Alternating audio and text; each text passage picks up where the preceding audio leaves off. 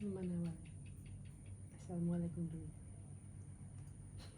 I will not edit this. No, please do. I will not edit this. Tidak akan diedit dari awal hingga akhir sampai aku nanti kelihatan berjalan ke situ untuk mencet tombol stopnya. Assalamualaikum warahmatullahi wabarakatuh. Selamat pagi, siang, sore, dan malam. Hari ini kita ada di teras rumah. Ini podcast pertama, video pertama, YouTube pertama, menjadi host pertama. Itu pun baru ditembak tadi sore. diterima tapi kan setelah ditembak Kayaknya nggak ada pilihan lain. Anyway, kita sedang di teras rumah bersama dengan Bapak Tani di sini. Halo Bapak. halo cintaku. Shall we Yes. mulai pertama? Oke. Jadi sebenarnya kita ngapain di sini? Iya. Itu pertanyaan yang bagus sekali untuk memulai. Kita ada di sini untuk membuat video, merekam untuk supaya memberi informasi terutama bagi pemirsa YouTube, buat teman-teman yang sudah follow mulai dari Instagram, Facebook, TikTok, semuanya @dreadfulutomo, yang mengikuti kalau di bionya akun-akun itu tulisannya adalah Pak Tani dan operator kopi. Nah, itu untuk menjelaskannya lebih lanjut karena kanal-kanal tersebut TikTok, IG, dan Facebook memiliki batasannya tersendiri, terutama mengenai durasi dan waktu konsentrasinya viewersnya. Jadi kita buat versi yang benar-benar panjang, mudah-mudahan utuh dari awal ke akhir. Video ini kita buat tanpa editing, mulai dari pertama kita very awkward tadi sampai nanti aku jalan nutup stopnya. Oke, next time bilang dulu ya kalau nggak ada editing proses. Ya, itu salah satu yang membuat channel ini jadi keren nantinya. Ya, Ciri khas. Terus ceritakan tentang YouTube Pak Tani. Oke, YouTube ini namanya Rahman Utomo. Awalnya mau dikasih nama Dreadful Utomo, namun aku tidak mau ini jadi punyanya Dreadful, ini punyanya Rahman. Nah, itu adalah pembahasan yang lain lagi nanti. YouTube Rahman Utomo ini terutama untuk buat video-video yang lebih panjang mengenai satu kegiatan dari usahanya Rahman dan keluarga. Yang kedua adalah rencananya nanti video-video dan diskusi-diskusi kita mengenai apa yang kita harapkan dan apa yang kita temukan dalam berusaha bertani dan jadi operator kopi itu, tantangan-tantangannya apa saja, dan ya terutama itulah, supaya ada pembicaraan yang komprehensif, lengkap, tidak terpotong, dan mudah-mudahan bisa dinikmati. Tentang Pak Tani aja atau Terutama tentang kegiatan, tentang the story and kisah dan dream yang dibangun dari persona Pak Tani dan dalam semua akun-akunnya itu dengan Rahman. Itu akan juga termasuk tentang belajar, termasuk di dalamnya belajar taninya dan seterusnya. Kayaknya ada panggilan tuh di dalam. Tak teruskan mengenai pertanyaan apa aja di YouTube ini. Oke, permisi ya.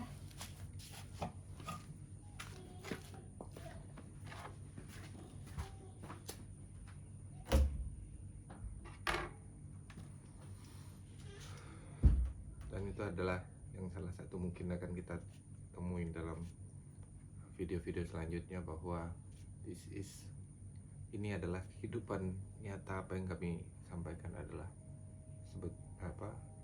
sebenar-benarnya, sama seperti ibu tadi kedengaran suara anaknya terbangun. Sekarang ini jam 00 pas, anaknya terbangun nyariin ibunya. Kita teruskan.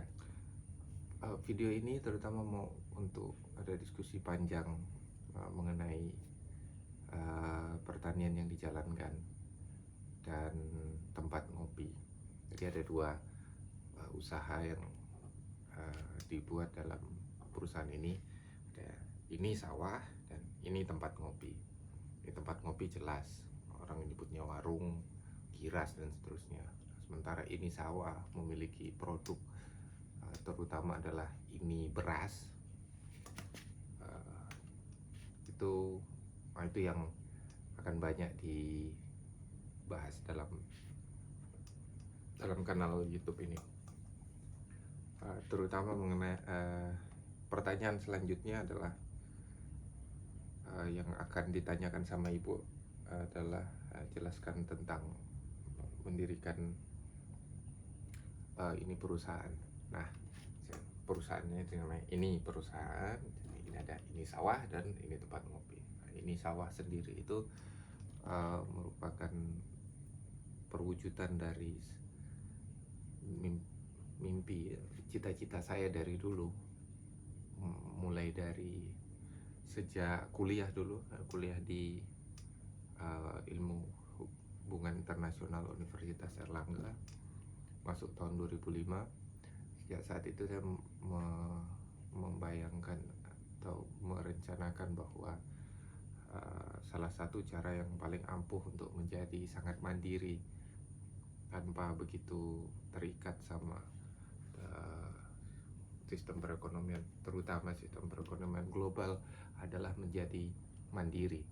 Mandiri bagaimana? Ketika kita bisa menanam makanan kita sendiri, kita bisa tidak tergantung pada banyak hal yang di luar kita, maka kita mudah-mudahan menjadi manusia yang seutuhnya. Itu bukan berarti bahwa kita akan nggak butuh hal lain di luar yang terlalu tidak operasional, seperti saya butuh handphonenya untuk merekam kegiatan ini, listriknya dari PLN, dan PLN itu memiliki tarifnya, dan apa yang menjadi dasar dari penetapan tarif dasar listrik dan seterusnya itu adalah satu hal yang berbeda. Tapi intinya adalah jika kemudian ekonomi yang rumit itu gagal, listrik tidak bisa hidup, wifi tidak bisa nyala, internet tidak jalan, saya dan keluarga masih tetap bisa memenuhi kebutuhan dasar, yaitu sandang, pangan, papan, pakaian, makanan, dan tempat untuk berlindung. Itu yang waktu itu menjadi asal mula dari pemikiran ingin menjadi petani. Itu adalah karena seperti yang kita hadapi sekarang ini di masa pandemi era COVID, itu adalah bahwa sepertinya ekonomi sedikit pincang, kalau tidak bisa dibilang lumpuh. Namun sektor yang paling kita bilang bisa bertahan adalah pertanian. Orang-orang di kota work from home, tidak boleh keluar rumah, banyak sekali restriksi, batasan-batasan kegiatan orang di kota. Sementara bapak-bapak tani di desa tetap berangkat ke sawah, tetap harus merawat tanamannya, merawat kebun dan sawahnya. Benar-benar mandiri kehidupan orang tani itu benar-benar merdeka. Can I join? Yes, please. Kenapa anak lanang? Ya, kangen ibu. Nah, kita sekarang sedang ngobrol mengenai kenapa latar belakang pendirian ini perusahaan, dan aku sedang ngobrol bahwa ini semua berawal dari waktu kuliah dulu, waktu membahas sistem ekonomi internasional, kepikiran bahwa enak jadi orang desa, benar-benar mandiri kan.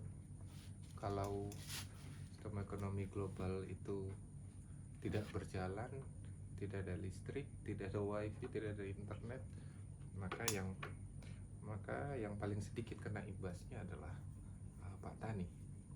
Bisa tetap makan dari apa yang ditanam sendiri, tidak bingung, nggak bisa mesen Gojek malam-malam karena punya makanan sendiri.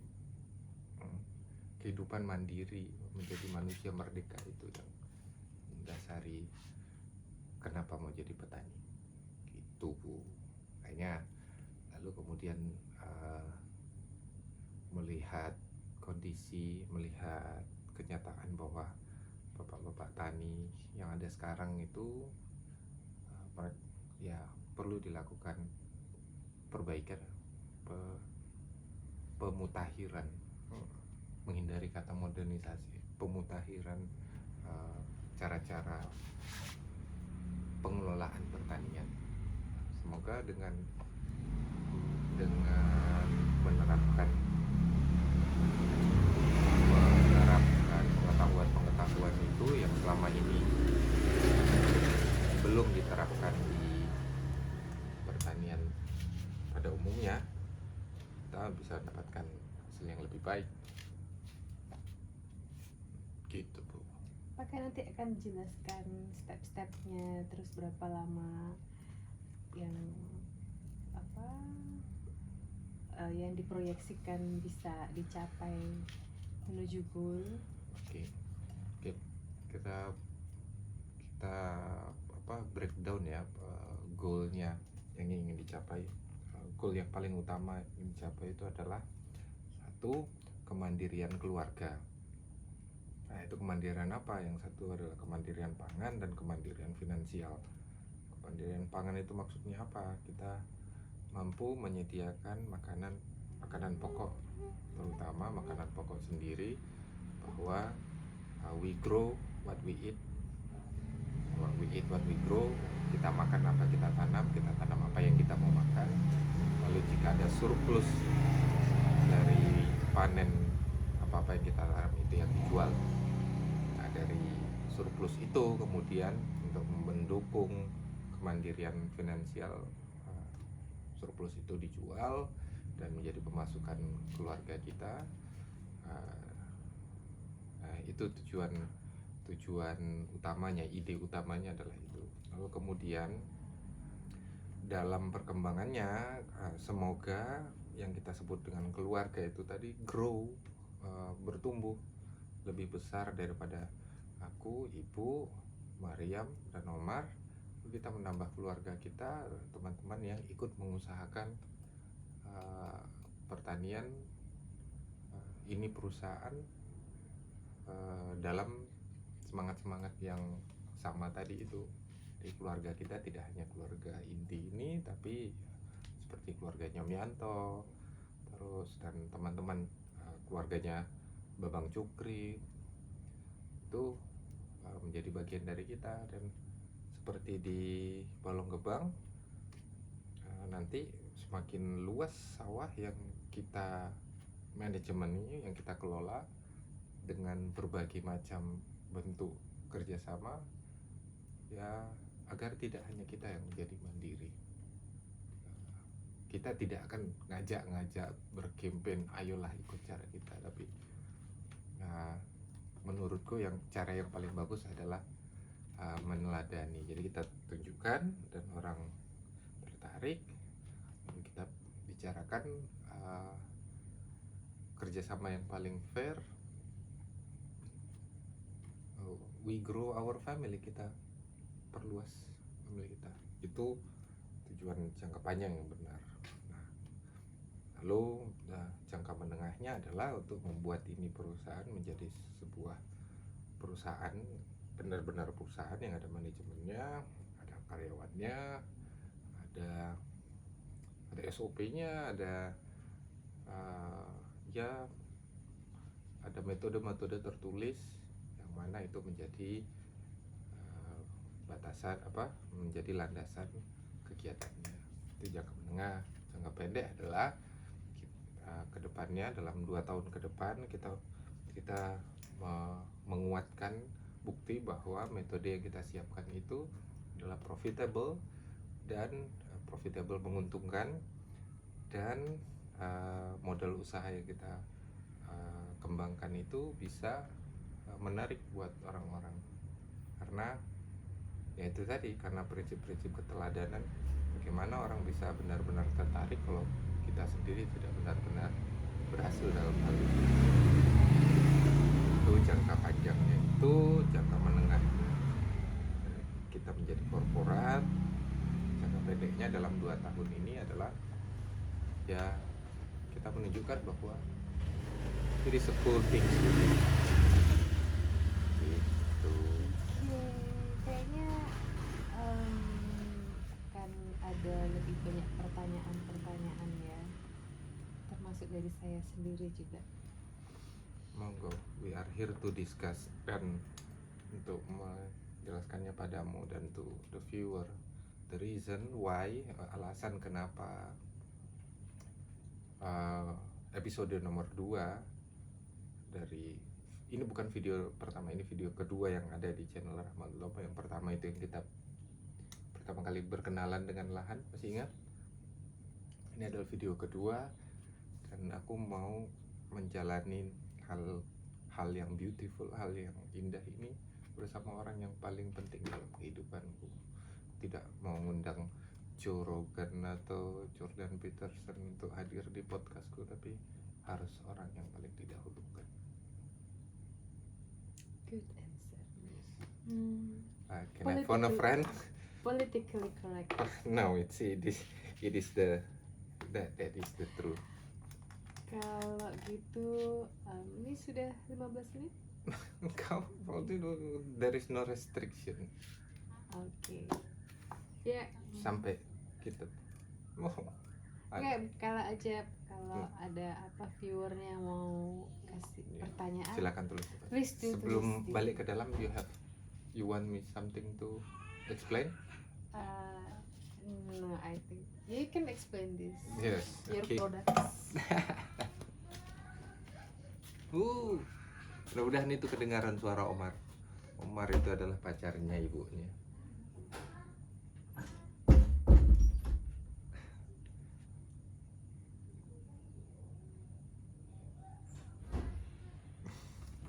Oke, yang perlu dibahas dari catatan kami adalah what next. Apa selanjutnya dari sini sekarang, baik selanjutnya dari video ini, dari kanal ini, ataupun selanjutnya dari ini perusahaan, terutama sawah. Oke, update. Ini tempat ngopi sudah berjalan sejak Oktober, berarti November, Desember, Januari, Februari, Maret, April, Mei, 7 bulan sekarang. Dan yang perlu dievaluasi adalah harapan utamanya mengapa kita memulai usaha tempat ngopi di Keputih itu, Arif Rahman Hakim 58 Surabaya, itu adalah dengan asumsi bahwa Desember 2020, Januari 2021 itu adalah ITS sudah buka, dan kalau ITS sudah kembali pada kegiatannya seperti yang normal, maka mahasiswa datang dan warung kopinya ramai. Ternyata itu meleset. Bahkan di Januari kita menghadapi pembatasan kegiatan PSBB, nggak mau disebut lockdown.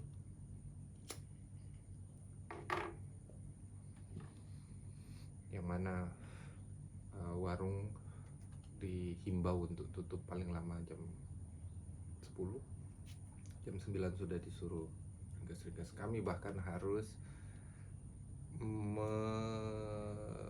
mengucapkan selamat jalan kepada salah satu anggota kita, Bang Jabrik waktu itu.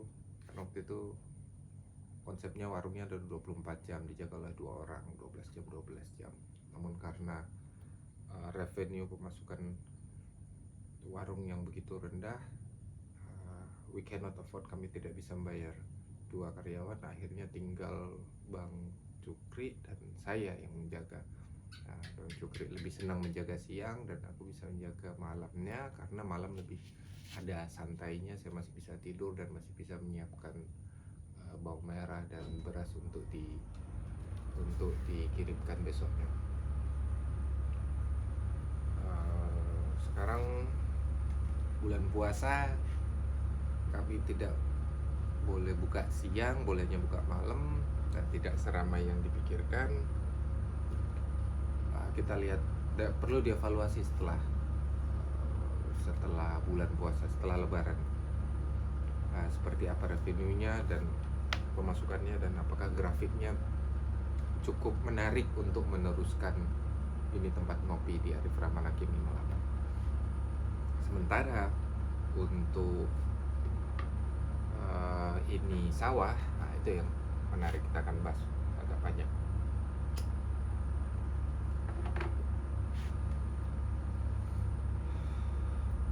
Ini sawah mulai tanam bulan November 2021 dan panen kemarin bulan April 2021. Pengolahan tanahnya mulai dari Oktober, November.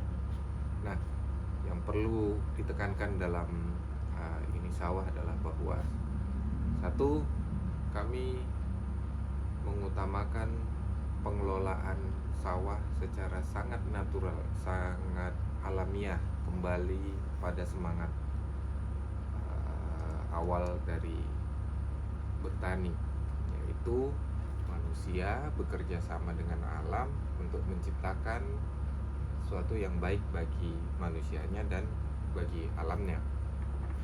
Sementara praktek pertanian yang banyak kami amati belakangan ini adalah bahwa manusianya banyak memikirkan dirinya sendiri, sementara partner mitra kerjanya, tanahnya, airnya, alamnya, termasuk hamanya. Hama itu kata-kata yang perlu dicermati. Hama disebut dengan hama seperti belalang, tikus, burung pipit, kadal. Sementara hewan-hewan yang berada di sekitar kegiatan pertanian itu tidak digauli dengan baik, maksudnya diajak berkawan dengan semestinya.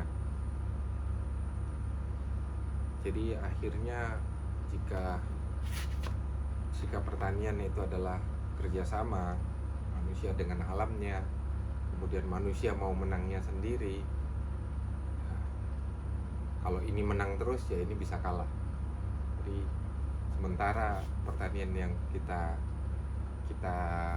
usahakan sekarang adalah karena kita bareng-bareng manusia dan alamnya, ya ini jangan menang toh, juga harus dipikirkan teman kerjanya, partnernya, mitranya, yaitu alamnya, dari tanahnya dan makhluk-makhluk yang ada di tempat yang diusahakan itu.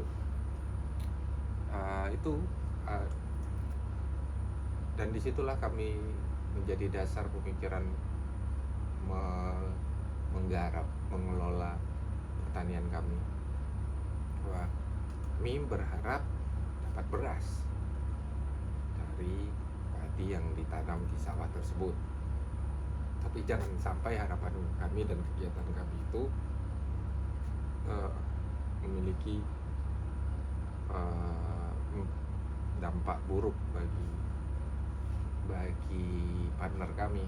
Sehingga yang terpikir pertama adalah bahwa salah satu fokus tantangan yang di lokasi lahan kami itu Desa Balonggebang, Kecamatan Gondang, Kabupaten Nganjuk itu waktu musim ketiga 2020 itu adalah bahwa tikus. Kita menghadapi tantangan banyaknya populasi tikus hingga musim ketiga itu tidak panen. Ada yang nanam jagung, ada yang nanam semangka, tidak panen. Hal itu tentunya tidak berdampak tidak baik bagi petani. Sudah mengeluarkan sebegitu banyak dalam modalnya, namun tidak mendapatkan return revenue, pemasukan apa-apa. Jadi loss, rugi dalam musim tanam ketiga itu. Nah, karena ada tantangan menghadapi tikus itu, saya banyak membaca, melihat apa yang bisa dilakukan untuk menghadapi tikus itu. Ada beberapa cara yang paling ampuh dari yang saya baca. Satu adalah melakukan kegiatan gerebekan rame-rame. Itu satu desa itu menjadwalkan untuk nguber tikus, nangkep tikus beramai-ramai. Jadi banyak di satu hari yang sama Pak Tani itu menyisir tikus. Namun ada juga namun rencana itu less likely to happen, kecil kemungkinannya dapat dilakukan karena satu, di tempat kami di Balonggebang itu belum ada yang namanya belum tampak ke persatuan petani, bukan hanya organisasinya, namun jika kita punya satu ide atau suatu gagasan untuk melakukan sesuatu, tidak jelas hierarki kepemimpinannya. Maksudnya jika kita mau bikin acara gerebek tikus itu di satu tanggal di bulan November misalnya, kita mau ngomong sama siapa pemimpin yang harus diajak omong, dan bagaimana untuk mengkomunikasikannya, menginformasikannya kepada semua petani, itu tidak jelas. Nah, jadi itu kita taruh dulu, kita simpan dulu metode gerebek itu. Yang kedua adalah dengan membuat pagar keliling, pagar fisik.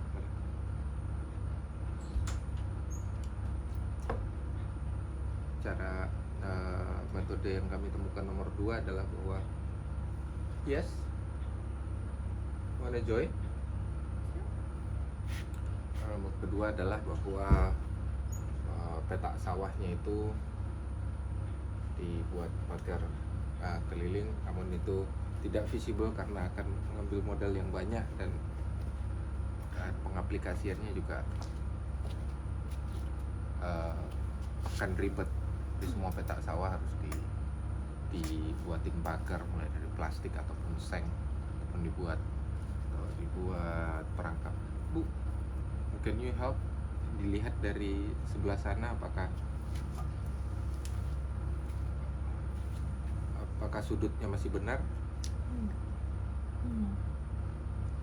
Kepotong seberapa wajahku? Segini. Apalagi tadi waktu aku masih begini. Gantian ibu yang duduk sini. Aku yang benar.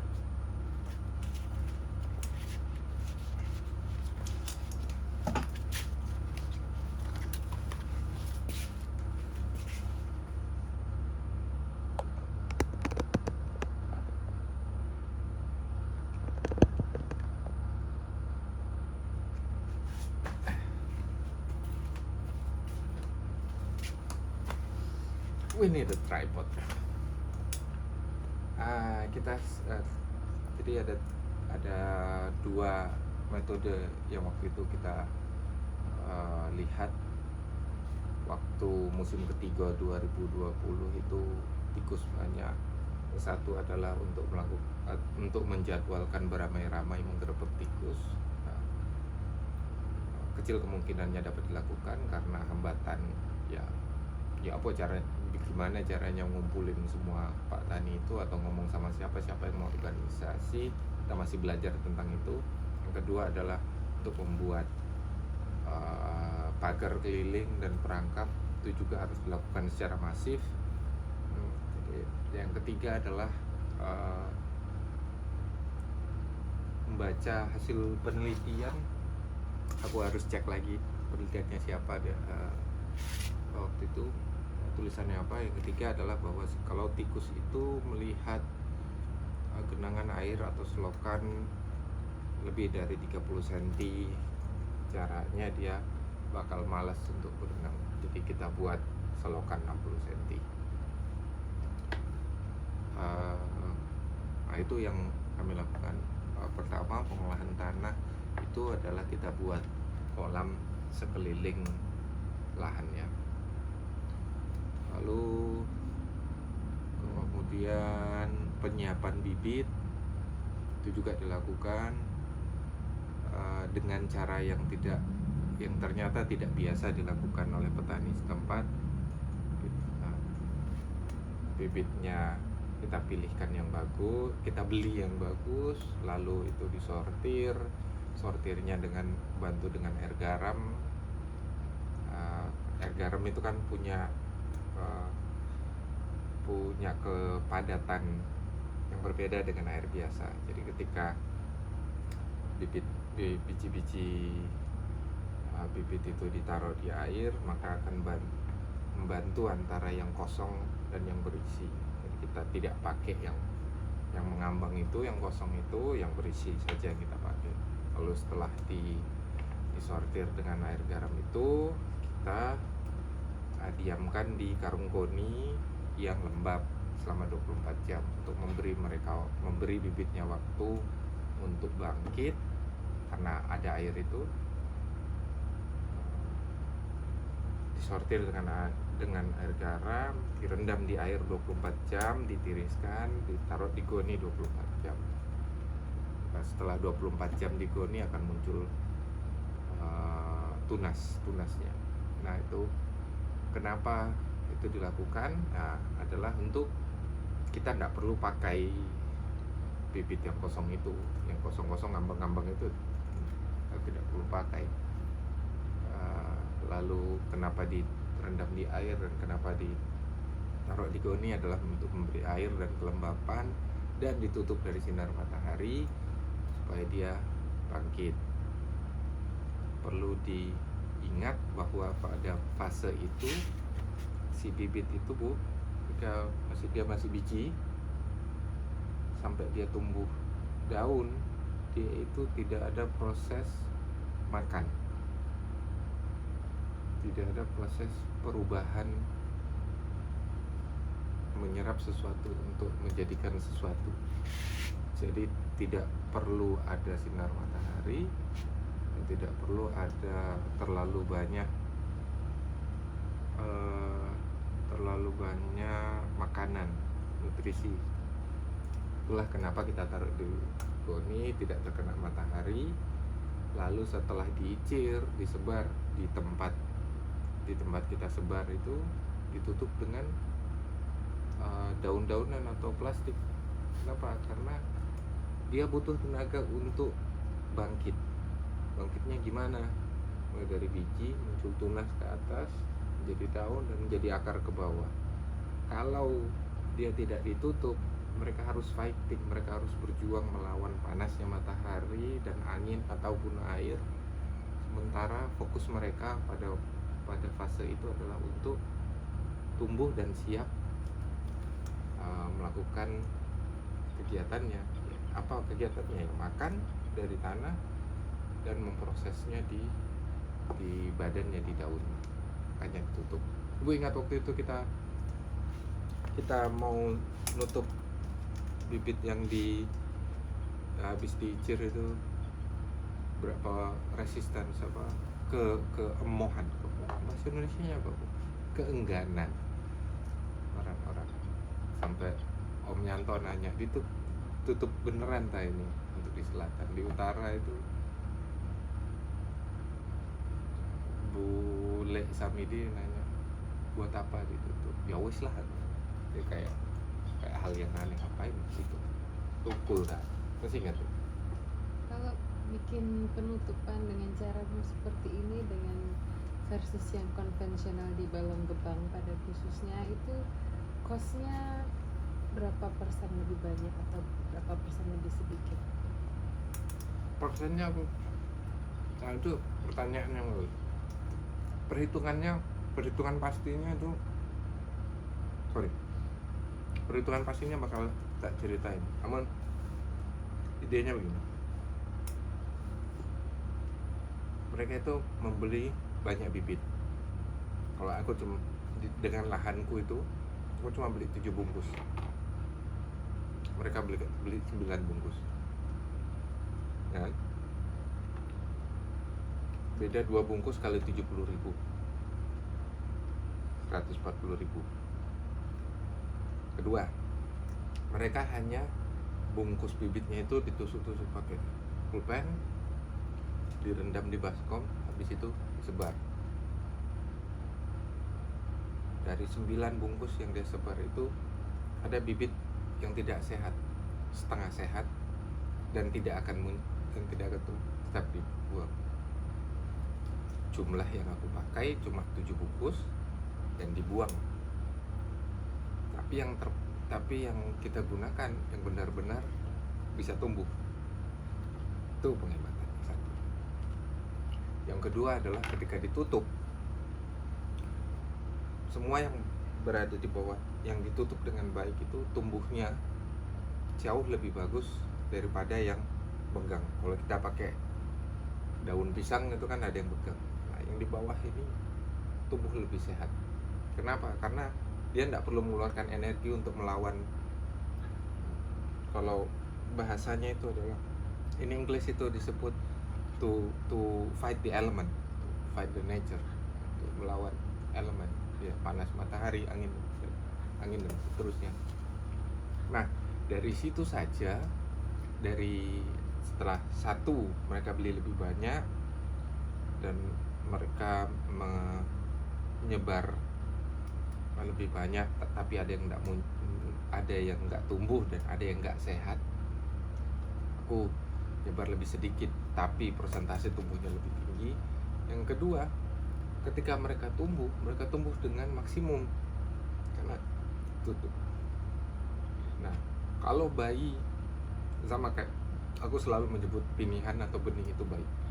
Kalau bayinya, ciliannya diperlakukan dengan baik dan dia tumbuh sehat, dia akan jadi remaja dan dewasa yang akan lebih sehat.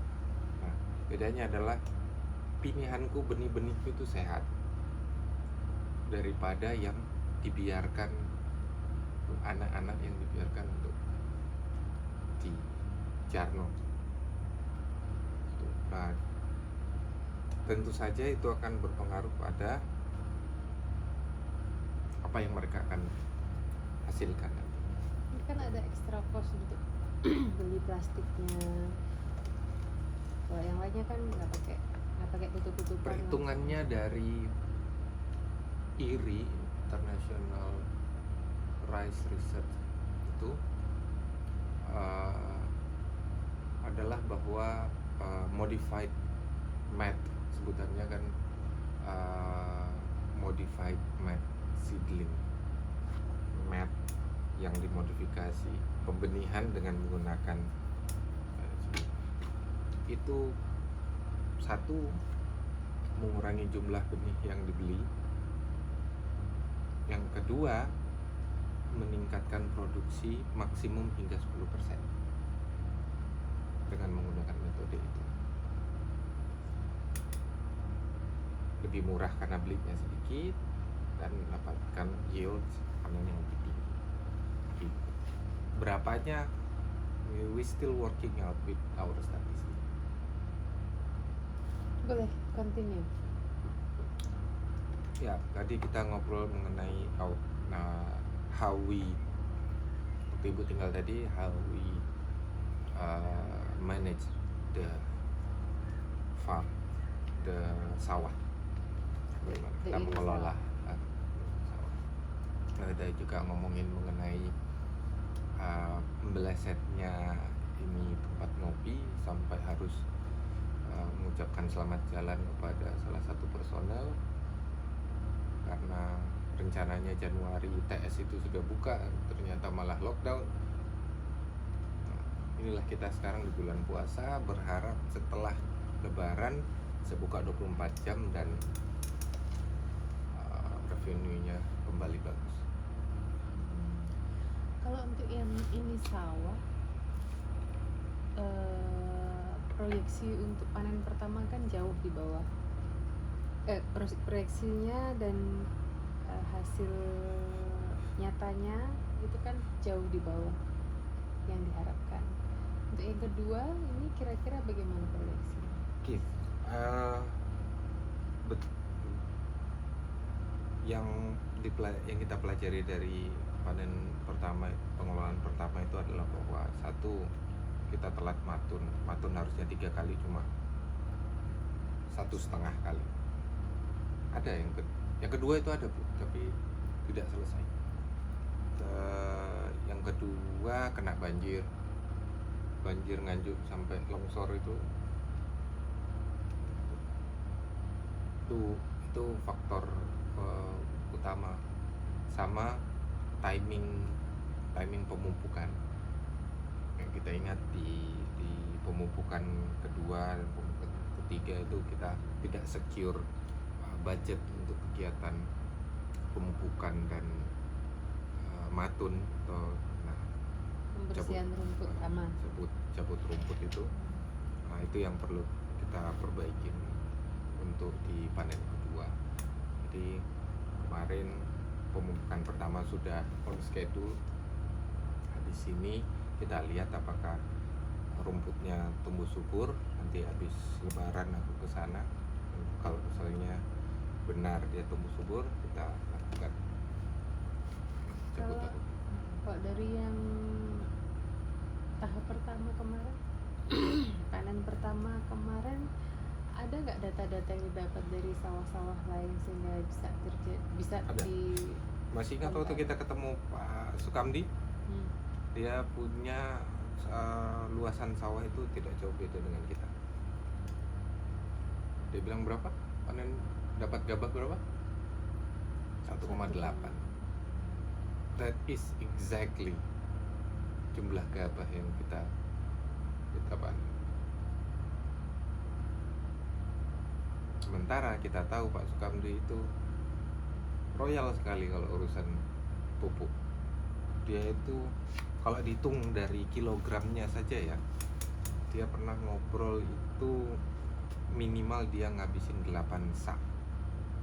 Itu luasannya sama dengan sawah kita dua-duanya? Iya, salah satu? Dua-duanya. Yang dia kerjakan di belakang rumahnya sama yang dia kerjakan yang di utara. Totalnya kita, sama? Totalnya 1,2 sekian. Kita kan 1,3 dikurangi yang selatan, nggak bisa digarap semua.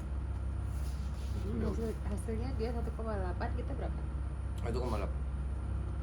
Sama berarti? Jadi apa yang jadi? Yang membuat kita keren adalah satu, production cost kita sangat rendah karena nggak pakai pupuk kimia sebanyak mereka. Yang kedua adalah dia menjualnya sebagai gabah, per kilonya itu adalah 3.700 gabah basah. Sementara kita mengolahnya hingga menjadi beras dan menjualnya 12.500 bahkan 13.000.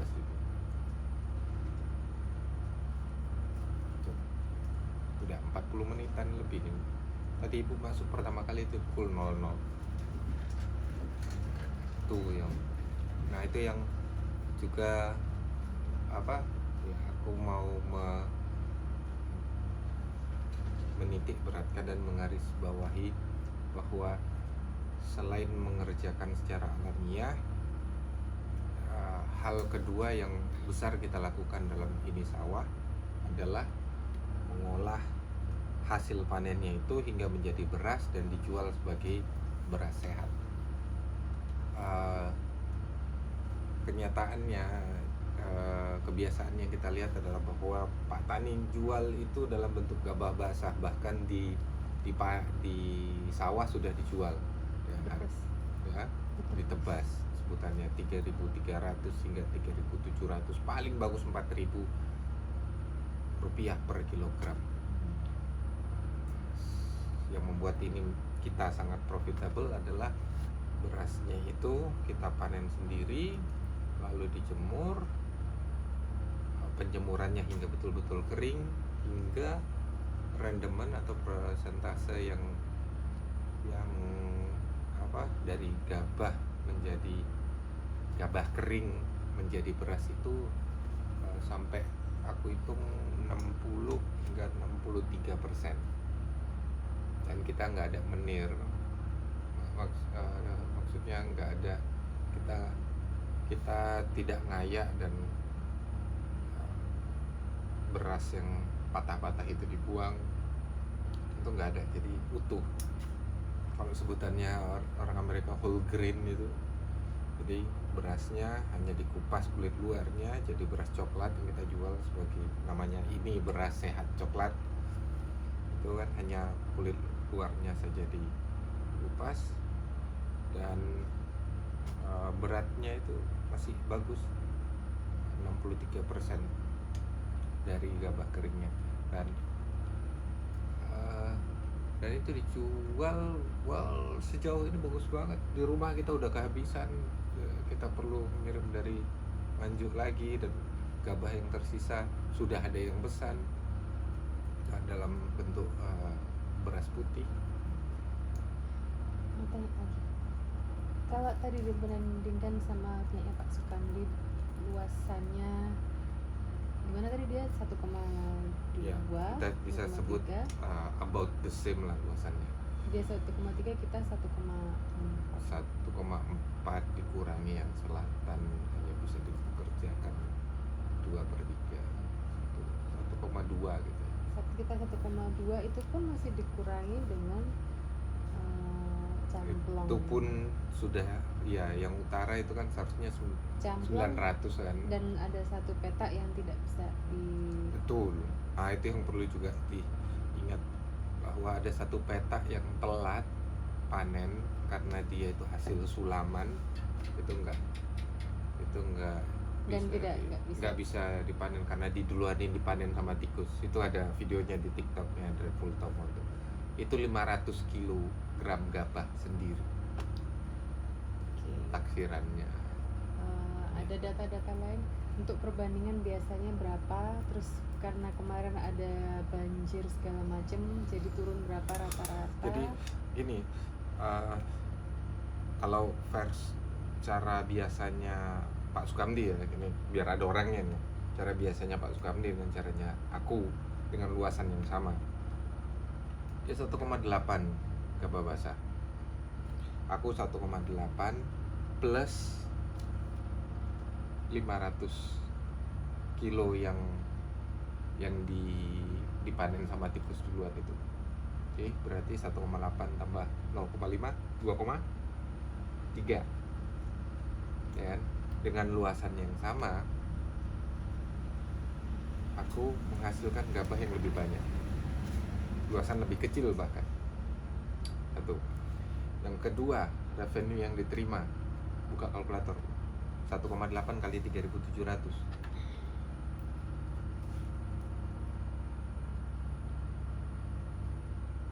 1,8 kali 3.700, 6.600 yang dia terima. Bayangkan, satu musim panen cuma terima duit 6.600. Kamu berapa? 2,3 kali 60%. Berapa itu? 1,38. Oke. Riset 1,38 beras kali 12.500 harga jual. 17.500. Dengan luasan yang sama yang diterima sama Pak Sukamdi itu 6.600, yang kita terima 17.250. Oke, jadi pertanyaanku adalah, ini yang kemarin ini kan ada anomali karena ada banjir sehingga Pak Sukamdi kemarin dapatnya segitu dan kita segini. In the normal Kalau situation. dengan luasan yang sama, normalnya Pak Sukamdi dapat 4 ton gabah. 4 ton gabah. 4.000 kilo kali 3.700. Dia menerima 14.800. Tadi kita berapa? 2,3. Enggak, 1,38. 4.000 kilo kali 60%, 2.400. 2.400 kali 12.500.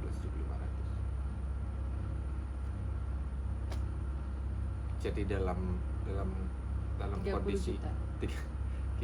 dalam kondisi ideal dengan metode tanam dan penjualan model dahulu yang diterima oleh Pak Sukamdi hanya 14 juta sekian, yang diterima kita adalah 30 juta.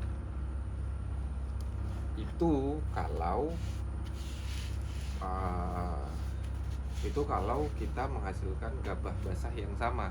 Sementara proyeksi kita kan kita memperbaiki kondisi tanahnya sehingga kita bisa menghasilkan di atas 4 ton gabah. Rata-rata di Indonesia itu kan 6 ton per hektar. Rekornya yang paling bagus adalah 1 hektar itu 12. Nah, buka kalkulator.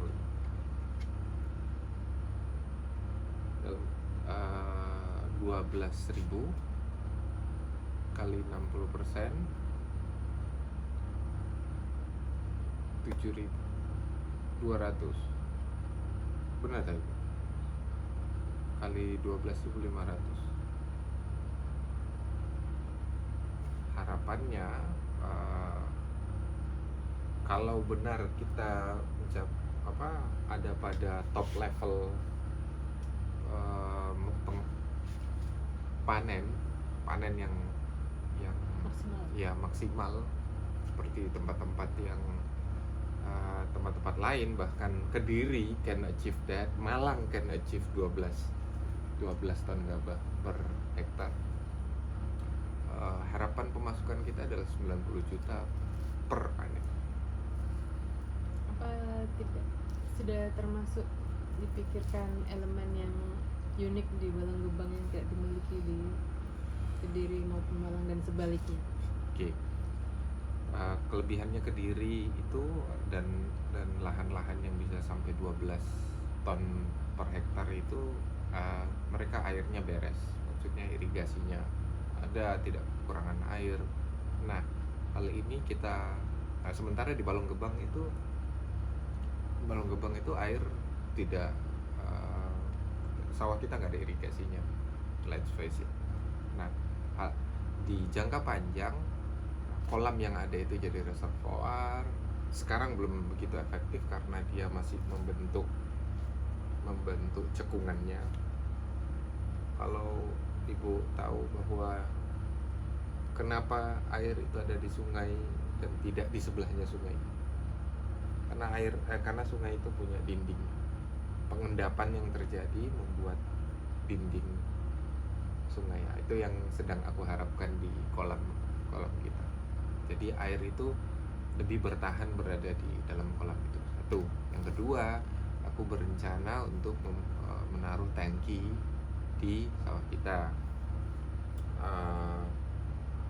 Galengan yang semakin besar itu bisa menjadi tampungan, kita bisa taruh tangki untuk tampungan air, dan dari tangki atau nantinya tower air itu nyimpan air, disalurkan baik dengan sprinkler ataupun dengan selang yang ada bolong-bolongnya. Ibu nggak tahu selang itu ada yang bolong-bolongnya gitu, jadi sepanjang jalan. Nah, untuk kekurangan sawahmu itu adalah kan sumber air. Nah, dalam jangka panjang kita menghadapinya dengan kolam itu dan tower air sendiri. Itu. Oke, sudah lama banget ini ngobrol. Ya, rencananya nanti akan ada section-section video sendiri di mana bagi pandangan kita mengenai pembibitan benih yang dianggap sebagai bayi, sampai ibu-ibu tandur aku marahin jangan dilempar-lempar bayiku. Dan pandangan kita mengenai kenapa jual berasnya dalam beras coklat dan kenapa tidak dilabeli organik meskipun itu memenuhi sifat-sifat yang orang biasa sebut organik. Nah, itu ada video itu episode selanjutnya. Bu, ada yang mau disampaikan? Nanti aja. Sudah. Ini kita tidak di-endorse siapa-siapa ya ini. Meskipun ini mobil-mobilan Hot Wheels itu Honda Beat dan nah ini endorse topi. Guru kami kasih saya topi. Udah, ada hal yang disampaikan lagi? Ya nanti mungkin kedepannya bisa dibicarakan apa, didiskusikan atau dicari tahu tentang bagaimana ibu-ibu bisa membantu dalam hal pertanian, entah itu Bersabar-sabar hingga dapat pemasukan hingga panen begitu. entah itu bisa membantu dalam menanam side plants atau peternakan atau Ya itu aku udah kepikiran loh Bu. Lahan yang nggak kepake di selatan itu udah kami siapkan untuk menandur sayur-sayuran. Nanti habis lebaran kita kesana. kemungkinan apa, memelihara domba, bulunya bisa jadi benang. Itu udah ditawarin loh. Hah? Udah Masa? ditawarin sama Pak Triman namanya. Tawarin apa? Dia itu juragan domba. Nah, terus Dombanya dia punya domba kecil, domba remaja. Yang remaja itu kalau kita beli dengan harga sekian cuma butuh 3 bulan itu sudah bisa dijual. Jadi along the way kan 2 minggu sekali bisa dicukur untuk benangnya dan sudah profitnya bagus sekali. Dalam 3 bulan saja returnnya udah kelihatan. Kita bahas nanti selanjutnya ya. Oke, kalau misalnya ada tambahan Komen. ada tambahan pertanyaan atau pingin Apa yang perlu kami bahas? next bahas ini bang, kasih tahu. Instagram, Facebook, TikTok @dreadfulutomo. Oetomo. Dreadful Oetomo. Ya. Siapa yang mencet? Makasih. Assalamualaikum.